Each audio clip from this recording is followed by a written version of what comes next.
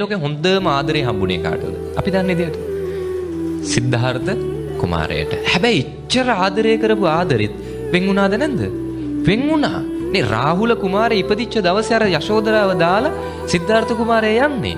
හැබැයි බලන්න මේ ආදරේ මං කියන්නේ වර්තමානයේ අපි ඔය කියන මවාගත්ත ලෝකෙක ඉන්න ආදරයට වඩා අපි හිතනවා වර්තමානයේ අපි කරන ආදරේ තමයි හොඳම එක කියලා. සාමාන්‍යයෙන් ඒ ආදරයක් වෙන් වෙච්ච දවසක අපි කියනවානේ මේ ඔයාගෙන් එහා නම් ආයි කිසිම කෙනෙක් හොයන්නේ නැහැ. ඔයා නැත්තම් බඳින්නෙත් නැහැ. මුළු ජීවිත කාලෙම තනිකඩ වෙන්නවා. ඉතින් එහා පැත්තනොත් හිතනවා අන්නේ පවුනේ එහෙම ඉඳිත් දන්නෙත් නැහැ කියලා හිතලා වෙන් වෙනවා උපරිම මාසෙයි දෙකයි නේ. හරිද? හැබැයි යශෝදරාව දැන් හිතන්න මේ අම්මලට ඔය දේ වුණා නම් පළවෙනි පුතා නේ පළවෙනි දරුවා ඉපදෙන දවසේ ස්වාමි පුරුෂයා දරුවත් එක්ක බිරිඳව තනි කරලා යනවා නේ. දරුවත් එක්ක බිරිඳව දාලා යනවා. හැබැයි යශෝදරා එක මොහොතක් වෛර කරාද? නෑ. බලන්න මොන්න තරම් ඒ ආදරය උතුම්ද. අවුරුදු ගාණක් බුදුරජාණන් බෝසතාණන් වහන්සේ අවුරුදු 6ක් දුෂ්කර ක්‍රියා කරා.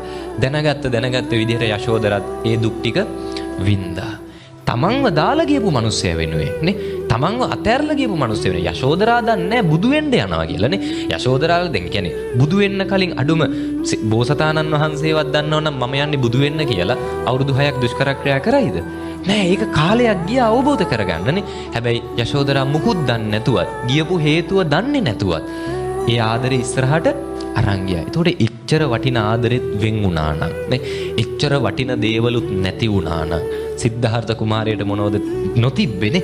හරිද? ඒ හැමදේමත් නැති වුණා නම් මේ අපිට ඔය ලැබෙන කිසි දෙයක් හැමදාම තියාගන්න වෙන්නේ නෑ. හැබැයි අපි ඔය ලැබෙද්දි හිත පුරුදු කරනවා මේක හැමදාම මට තියෙන්න ඕනේ. ඒකයි අපිව දුකටපත් කරන්නේ. පැහැදිලිද?